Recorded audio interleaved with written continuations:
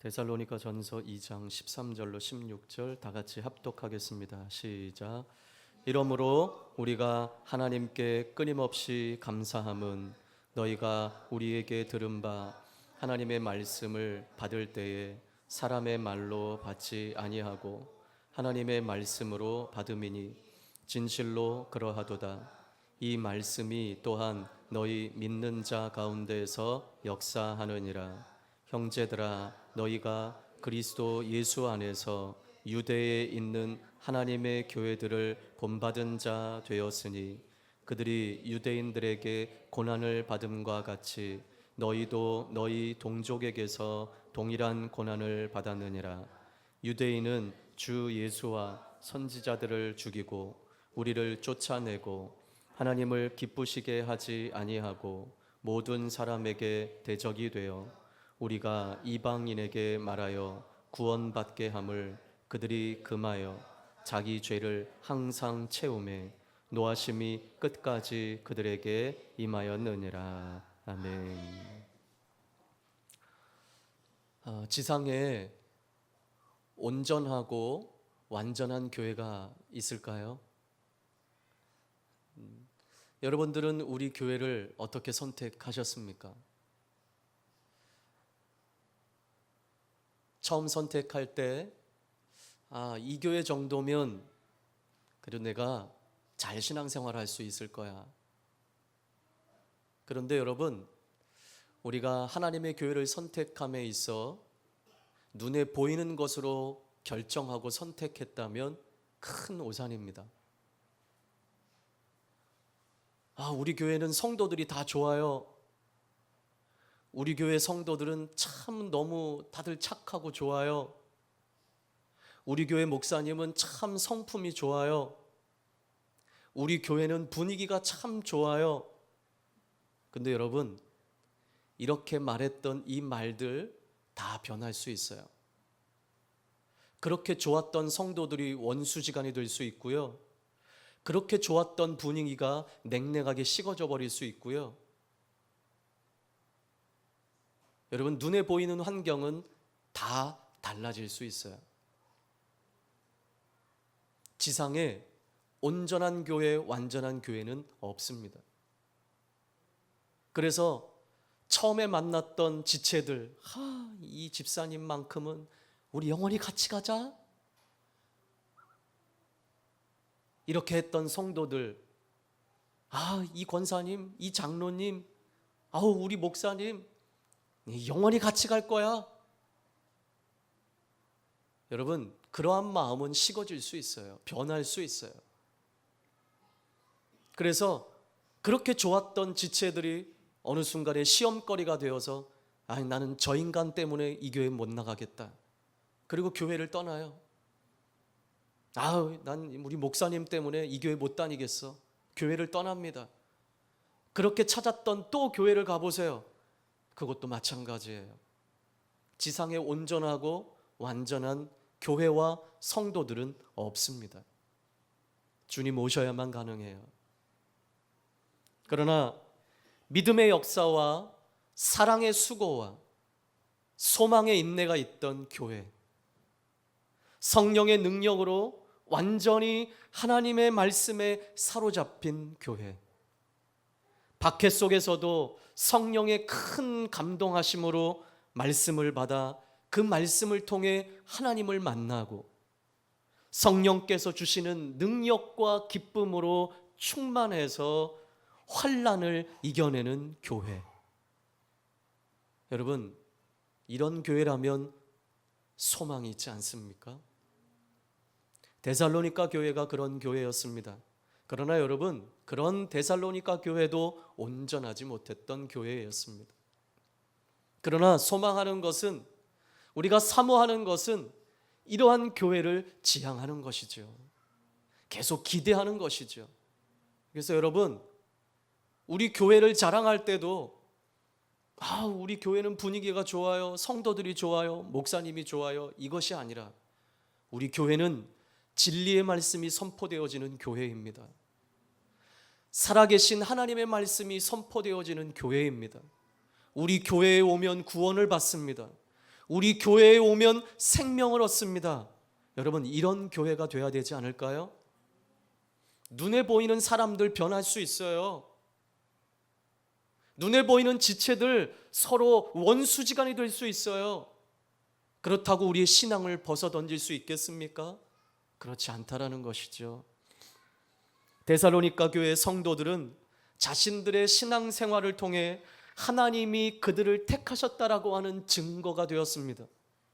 여러분, 저와 여러분 그런 성도가 되기를 원하고요, 그런 교회 되기를 원합니다. 그래서 내가 중요한 거예요. 나 한 사람이 중요한 거예요.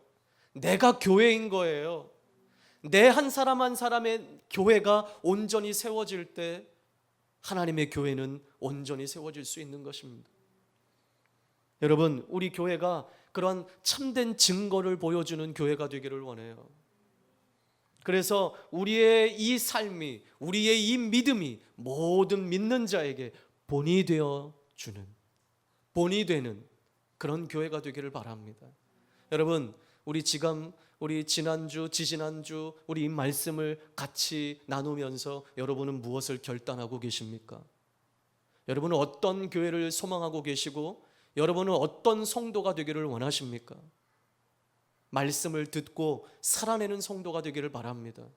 결단한 것이 우리의 삶까지 영향력을 주는 성도들이 되기를 바랍니다. 네, 저는 소망해요. 우리 교회 성도들이 그냥 성품만 좋고 착한 성도 그것만 원하지 않아요. 정말 신앙생활을 똑바로 하는 성도들이 되길 바라요. 부모는 자녀들을 양육하고 훈계하고 바른 길로 인도하는 데살로니가 교회처럼 다음 세대에 본이 될 수 있는, 양육하고 훈련하고 훈계하는 그런 교회가 되기를 원해요. 좋은 소리만 하는 교회가 되고 싶지 않아요. 여러분, 어떤 교회를 지향하고 계십니까? 오늘 함께 읽은 이 본문 말씀은 바울의 두 번째 감사 내용입니다.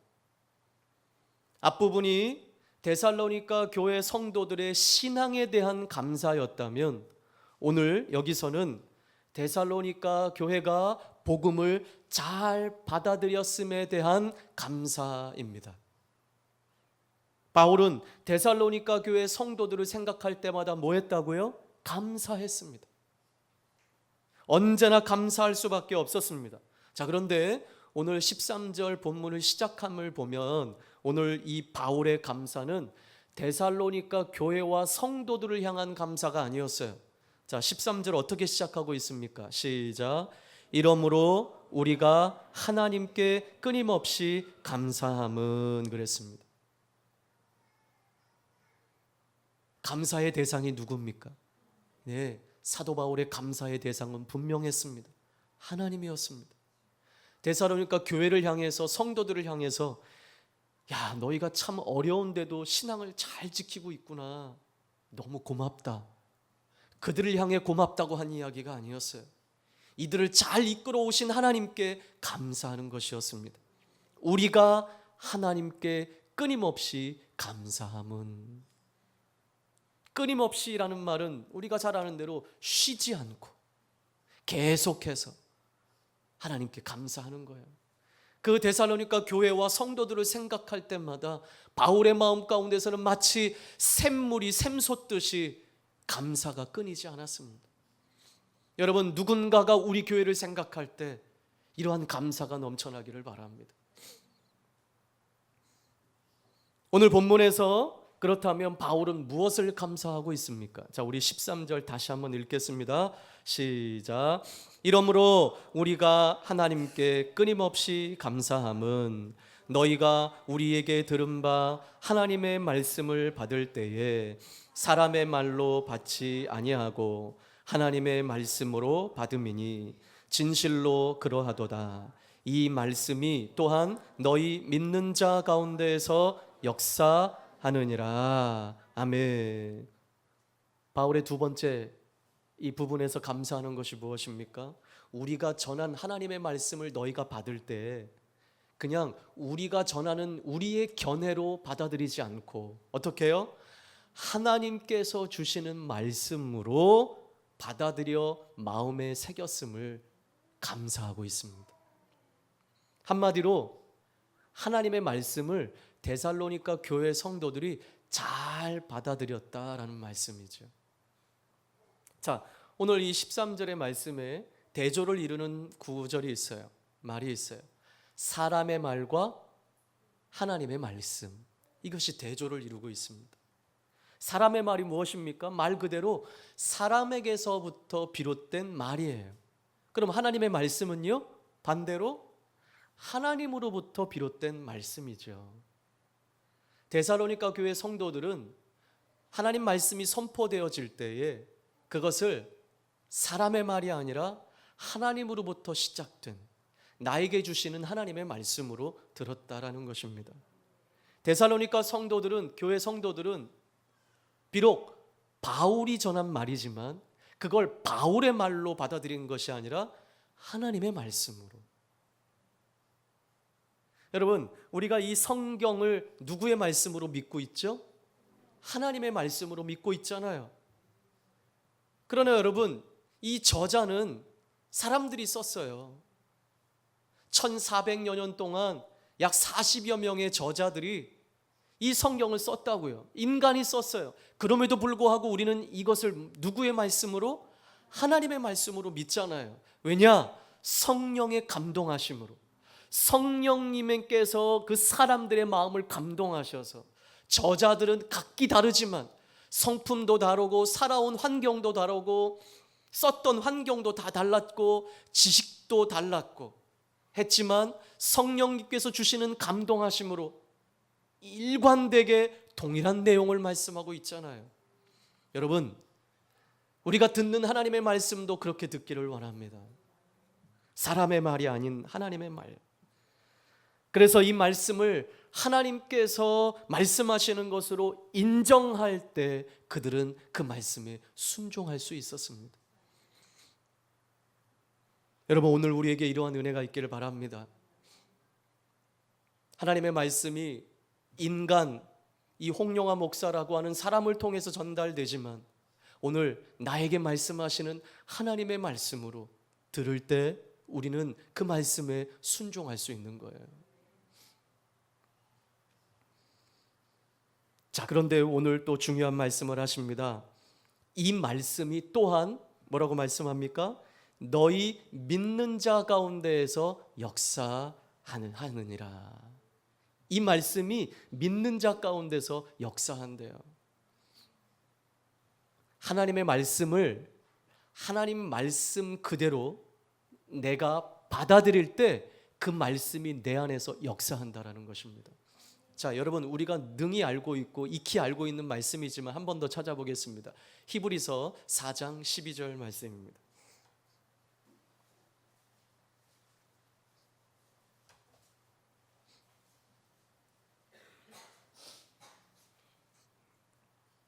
히브리서 4장 12절 시작.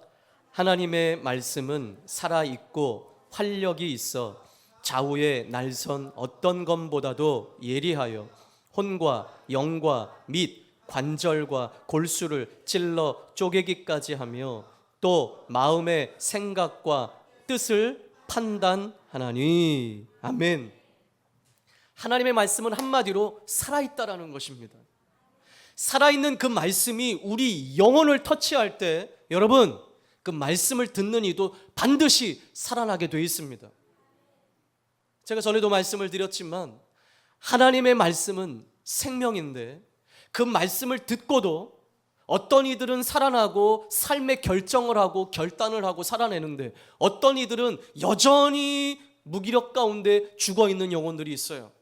왜 그럴까요? 똑같은 말씀을 듣고 똑같은 시간 똑같은 장소에서 하나님 말씀을 듣는데 왜 이와 같이 다를까요? 여러분, 우리 마음밭이 열리기를 바랍니다. 생명의 말씀은 살아있습니다. 활력이 있다고 했습니다. 우리의 상처난 마음을 그 말씀이 치유할 것입니다. 그 말씀이 우리를 살려낼 것입니다. 그래서 우리 가운데는 데살로니가 교회 성도들과 같이 지금 이 시간 하나님이 나에게 말씀하시는구나. 하나님이 내게 말씀하시는구나. 여러분 그렇게 들을 수 있어야 합니다. 바울의 말이 아니라 하나님의 말씀으로 받아 그들의 삶 속에 말씀이 역사했습니다.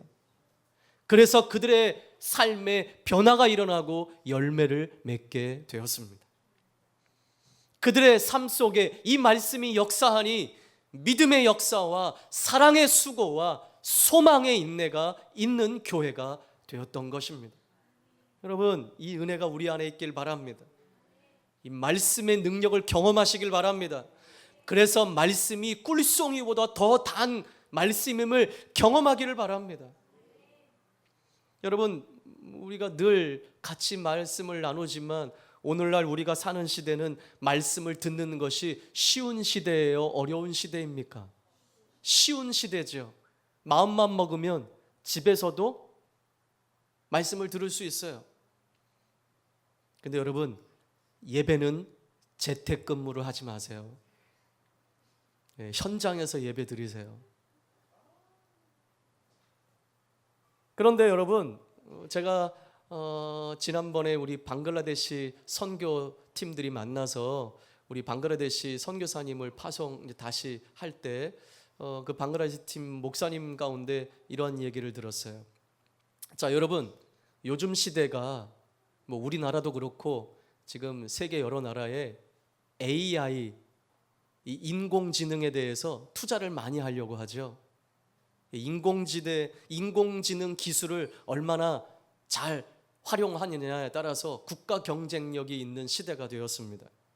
다양한 분야에서 AI 기술을 활용해서 살고 있어요. 챗 GPT 들어보셨죠? 그러니까 이게 쉽게 말하면 무슨 질문이든지 하면 답을 줘요. 그런데 재미난 것은요, 한 목사님이 챗 GPT를 이렇게 활용을 잘 하시는 목사님이신데 한 번은 심심해서 설교 본문을 딱 던져주고 대지는 1, 2, 3으로 예화도 하나 넣어주고 PPT도 하나 딱 해서 줘. 그랬더니 금방 설교 한 편이 딱 완성됐더래요. 그런데 목사님이 더 놀란 것은 자기 설교보다 더 좋더래요. 아주 탁월하대요.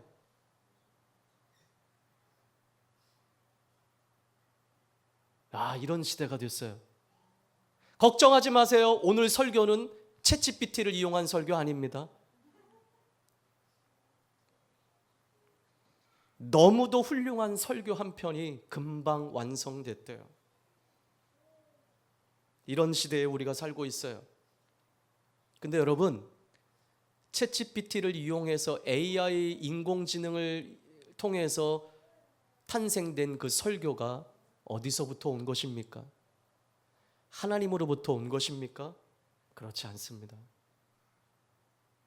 여러분, 우리 인간의 눈으로 보고 인간의 마음으로 그 인공지능이 준 설교 한 편을 강론한다 할지라도 감동은 있을지 모르지만 그 안에 생명은 없습니다. 능력이 나타날 수가 없습니다. 그냥 이 시대에 한 번쯤의 감동으로 끝나버릴 수 있어요.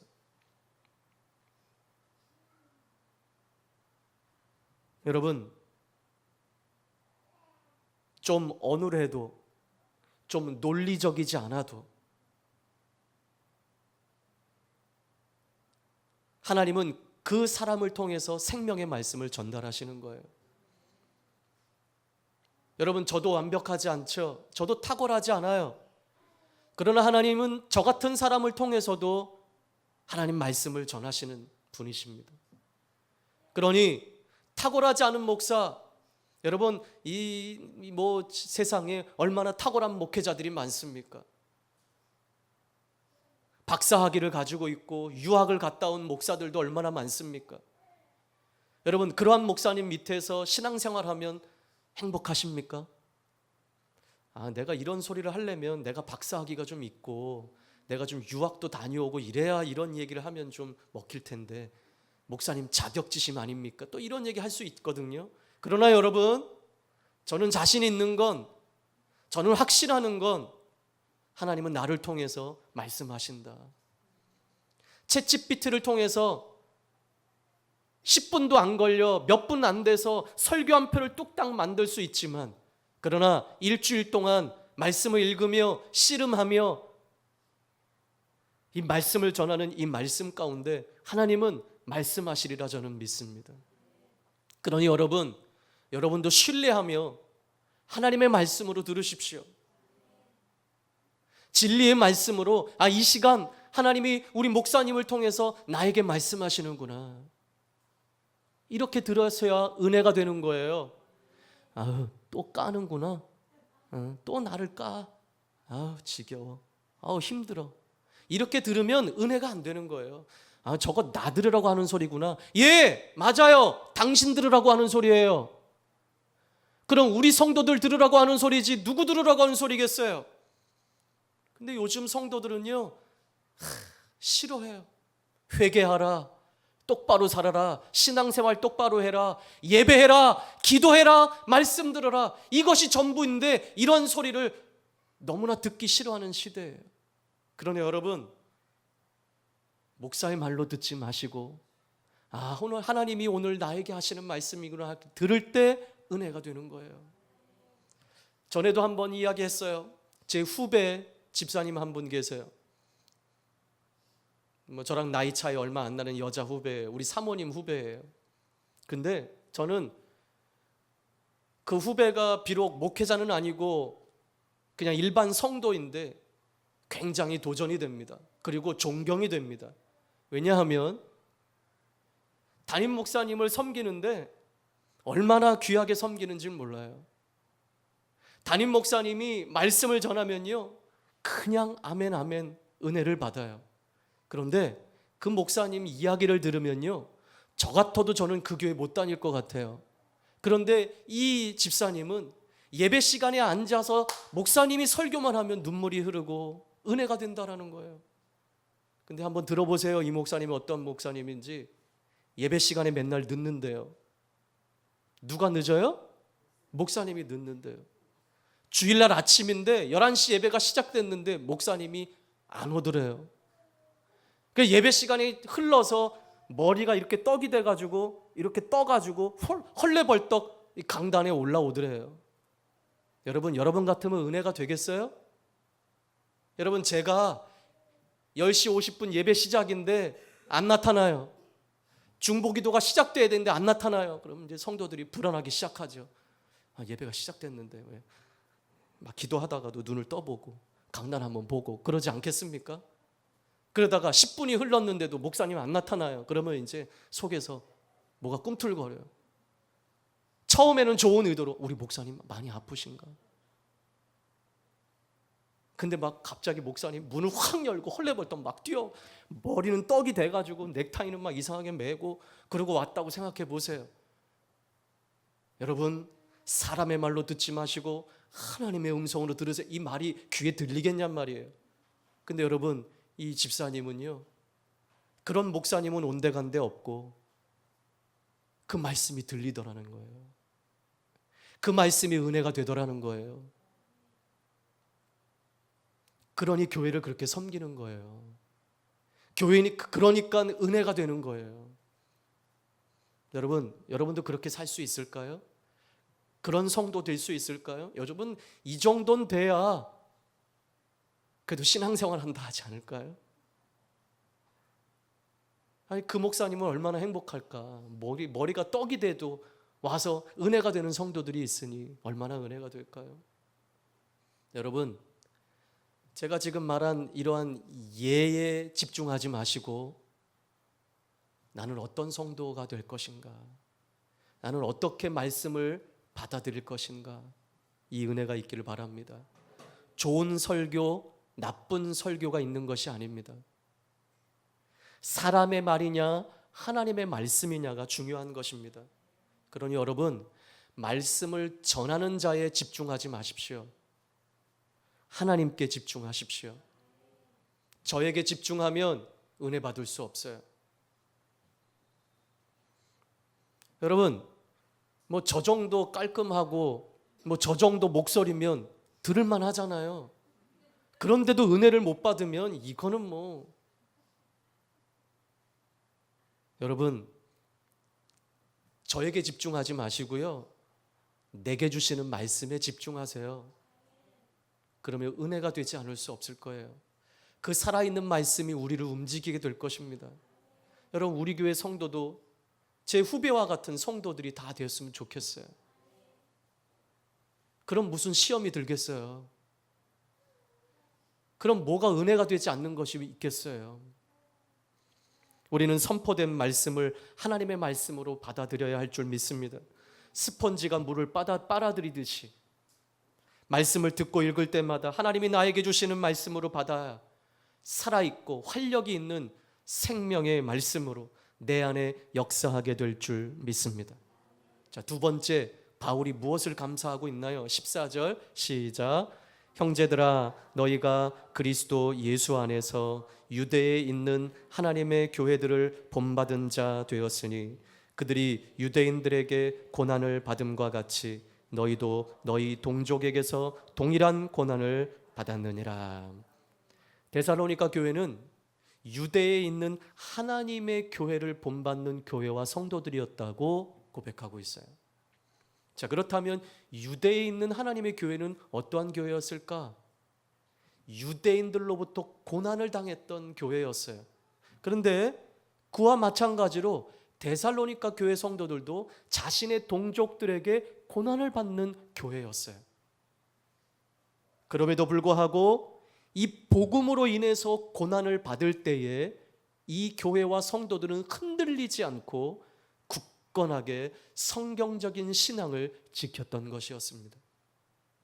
이 사실에 대해서 바울은 감사하지 않을 수 없었어요. 흔들리지 않는 믿음으로 고난 가운데서도 신앙을 지킨 교회. 그러면서 바울은 15절 16절에 유대인들의 죄와 그에 대한 하나님의 심판을 밝힙니다. 시작.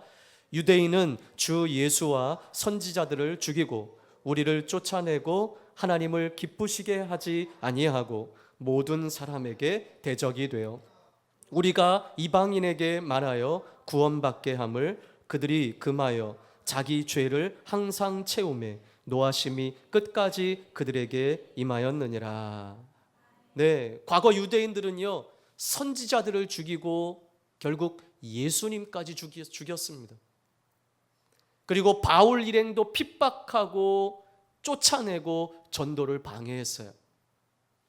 여러분, 예수님을 죽인 그들이 예수님을 따르는 자들을 박해하는 일이라는 것은 결코 어려운 일이 아니죠. 그래서 오늘 성경은 말하기를 모든 사람의 대적이 되어 라고 말합니다. 이들 유대인들은 자기 민족 외에 모든 사람을 미워했습니다. 이런 그들이기에 어디에서나 이방인들에게 복음을 전하는 바울을 미워할 수밖에 없었죠. 방해할 수밖에 없었습니다. 바울은 이 같은 잘못을 지적하면서 데살로니가 교회가 동일한 실수를 범하지 않도록 권면하고 있는 것입니다. 그러면서 바울은 복음을 대적하는 유대인들에게 노하심이 끝까지 그들에게 임하였느니라 라고 말하고 있습니다. 데살로니가 교회 성도들은 이런 혹독한 핍박을 참아내고 인내하며 신앙을 지킨 것이었습니다. 자, 그런데 오늘 우리가 잊지 말아야 할 것들이 있습니다. 한 가지가 있습니다. 데살로니가 교회가 이런 혹독한 핍박과 고난과 환난 속에서도 이들이 성경적 신앙을 지킬 수 있었던 그 원동력이 무엇인가? 바로 하나님의 말씀으로 들어 능력이 나타났기 때문인 것입니다. 하나님의 말씀으로 받은 그 말씀이 그들 가운데 역사했기 때문입니다. 여러분, 왜 우리의 삶에 능력이 없고 왜 우리 삶에 은혜가 없고 기쁨이 없고 감사가 없고 입에서는 아유 다 시험거리야, 시험 들었어, 누구도 믿고 누구도 싫어, 왜 그렇습니까? 살아계신 하나님 말씀을 그 살아계신 말씀으로 듣지 못하고 내 안의 말씀이 역사하지 않기 때문에 그렇습니다. 여러분, 우리 삶을 좀 돌아보십시오. 정돈되지 아니하고 질서가 없고 은혜가 없다면 나는 말씀 위에 거하고 있는가? 나는 말씀은 잘 듣고 있는가? 말씀이 내 안에 역사하고 있는가? 여러분, 말씀을 떠나서, 기도를 떠나서는 여러분 우리가 은혜 가운데 머물 수가 없어요. 우리도 이같이 살기를 원합니다. 작은 어려움에도 잘 넘어지는 우리들 아니겠습니까? 여러분, 나만 어려움을 당하는 것 같지만 여러분, 세상에 사는 사람들이 거의 비슷비슷합니다. 여전히 어려움 가운데 잘 넘어지고 여전히 말씀을 들을 때는 좀 힘이 나는 것 같은데 그 말씀을 떠나서, 교회를 떠나서 다시 일상으로 돌아가면 여전히 무너져 있는 나를 발견하는 우리들 아니겠습니까? 그런 가운데 우리가 기억합시다. 큰 환난 가운데서도 믿음을 지킨 이 데살로니가 교회의 성도들을 본으로 삼아 우리도 성경적인 신앙을 가지고 이겨내는 삶이 되기를 바랍니다. 그런데 이것은 우리의 의지만으로는 될 수 없어요. 무엇으로만 가능하다고요? 말씀. 말씀도 그냥 듣는 말씀이 아니고 하나님의 말씀으로 내가 들을 때 바울이 전한 말씀을 하나님의 말씀으로 믿고 받아들여 그대로 능력이 됐던 데살로니가 교회 성도들과 같이 여러분, 오늘 우리도 그렇게 살아가기로 결정합시다. 말씀을 읽고 듣고 묵상할 때 나에게 주신 하나님의 말씀으로 그 자체로 받고 그 말씀으로 어떠한 어려움 가운데서도 이겨내고 승리하는 교회가 되기를 바랍니다. 네. 여러분, 저는 아직도 자부심이 있어요. 우리 교회, 여러분, 제가 담임 목회 취임식을 하는 그날부터 지금 이 시간까지 진리의 말씀에서는 변함이 없다고 저는 자부심을 갖고 있어요. 변한 건 우리의 마음이에요. 말씀이 아니에요. 말씀은 변하지 않아요. 변한 우리의 마음을 다잡으시고 떨어진 은혜 가운데서 내 마음을 다잡으시고 감사치 않고 기쁨도 없고 그러한 마음을 다잡고 말씀이 되어서 역사함으로 오늘 데살로니가와 같은 또 이 교회와 이 성도들과 같이 어떤 어려움에도 이겨내는 저와 여러분의 삶이 되시기를 주님의 이름으로 축복합니다.